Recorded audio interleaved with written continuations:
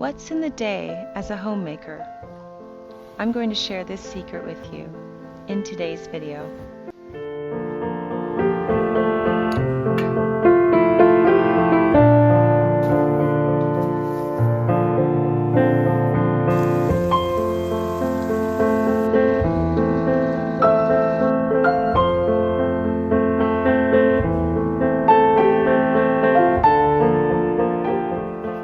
Welcome back to the Daily Connoisseur. The outside world looks in at a homemaker and wonders what on earth they do all day. They envision endless hours of daytime television, folding laundry and occasionally thawing a chicken from the freezer. Well, you know this, my fellow homemaker. They've got it completely wrong. The life of a homemaker is deep and complex. There really is no other work like it in the world. Shakespeare's Juliet asks, "What's in a name?" That which we call a rose by any other name would smell as sweet. Well, let us as homemakers ask, what's in a day? The day could hold any number of quotidian tasks: making beds, ironing, cleaning, cooking, correspondence, teaching, parenting. Each of these things in and of themselves seems pretty straightforward. What's the big deal? Some of the smaller tasks like making beds and cooking don't seem so important. Aren't there better things to do? Well, no, frankly, not really. I suppose it doesn't matter who does these things as long as they get done. So yes, as homemakers, we aren't the only ones to do these tasks. Our family does them too.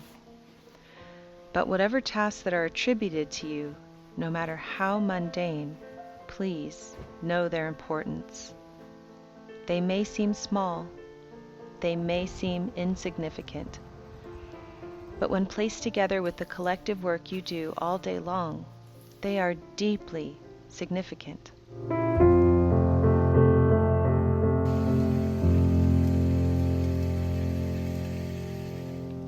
Some homemakers struggle with the isolation of being at home.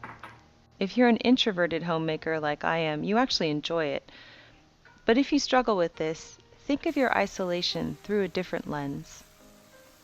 Let's look at how Henry David Thoreau made isolation work for him. He moved to Walden Pond to learn to live deliberately, to live a purposeful life. Notice he did not want to be around others during this time. Oh, my fellow homemakers, make your solitude in this endeavor work for you. Can we live deliberately like Thoreau, through making the beds, cooking the meals, ironing the clothes? We can enrich our minds through this process as well, through listening to books, taking the much-needed rest, and filling our minds with beautiful things.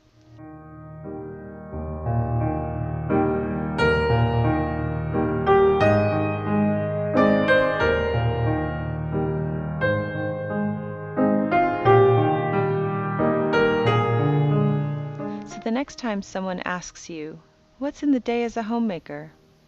you will look at them with a twinkle in your eye.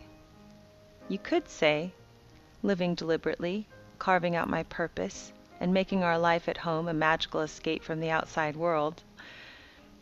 Or you could just smile and say, "You'd be surprised.